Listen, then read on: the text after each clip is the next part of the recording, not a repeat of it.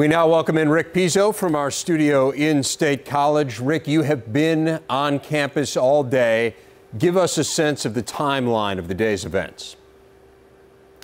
Well, Dave, really a surreal day here in State College. It began with an announcement from the Joe Paterno camp of a press conference scheduled for mid-afternoon on the front lawn of his house. The basis of this press conference, Paterno would retire effective at the end of the season. Paterno then called an 11 a.m. team meeting at the Lasch football building.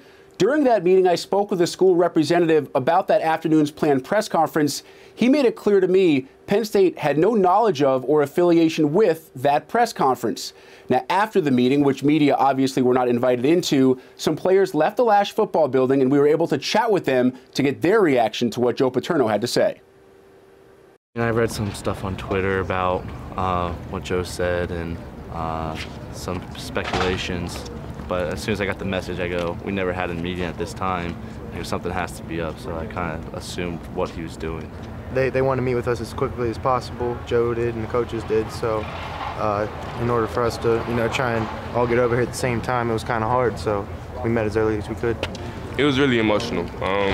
He started crying like halfway through. You could see him trying to hold the tears back, but they ended up breaking. But pretty much just let us know, and that was it. No, actually, this was probably the first time I ever seen him cry, and I actually almost got teary-eyed myself. My dad played for him, my uncles played for him, my mom came here. I mean, Penn State is in my blood, and it's just hard to see a huge key person of Penn State to go like this. I mean, I think everyone's shocked. We all don't really know what to say. We just had, some emotional meetings right now, even with our coaches and stuff. So I mean, it's emotional. Those guys, the coaching staff, have been under him for a long time, so it was emotional for them.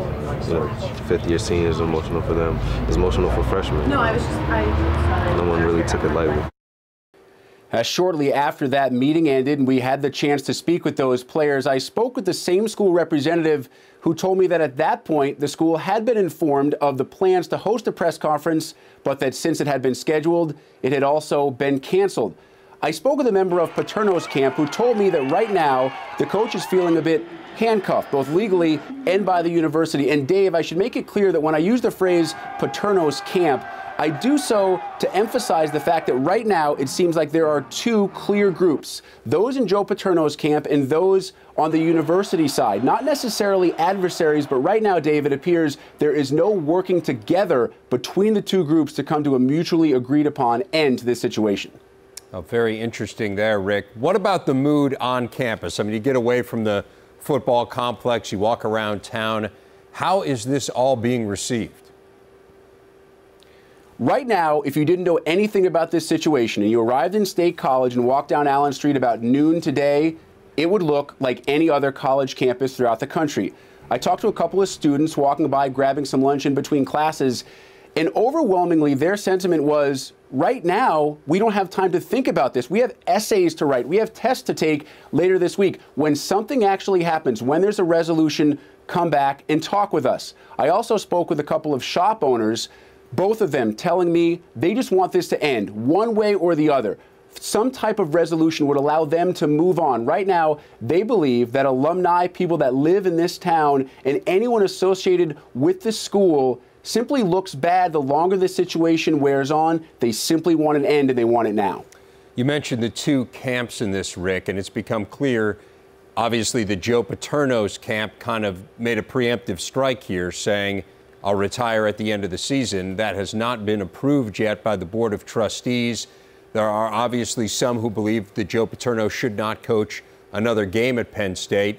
Do you have any sense of which would cause more outrage locally and in the Penn State community? Joe being allowed to coach on Saturday as he wants to, or Joe being told, that's it, you can't coach anymore?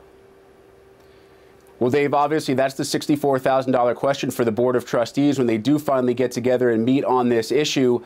I think the interesting thing here is the fan response and the tone from alumni, from the Penn State fan base, has shifted a bit in the last couple of days. A couple of school officials told me that based on emails they had been receiving in response from the public, that it was mainly negative toward both Joe Paterno and the school in the first couple of days after this incident became public. Though, in the past few days, basically since the press conference was canceled and Joe Paterno didn't have the opportunity, as he stated, to speak his mind as he wanted to, public opinion has shifted a little bit, saying that the emails they've received recently have been more positive of Paterno and a bit questioning of the university. And Dave, I think it's fair to say that you question any time you hear silence from a powerful institution like Penn State University. Why is the university not speaking? Why have we not heard from President Spanier? And I think right now that is driving a little bit of a change in public opinion toward Joe Paterno in the situation at Penn State.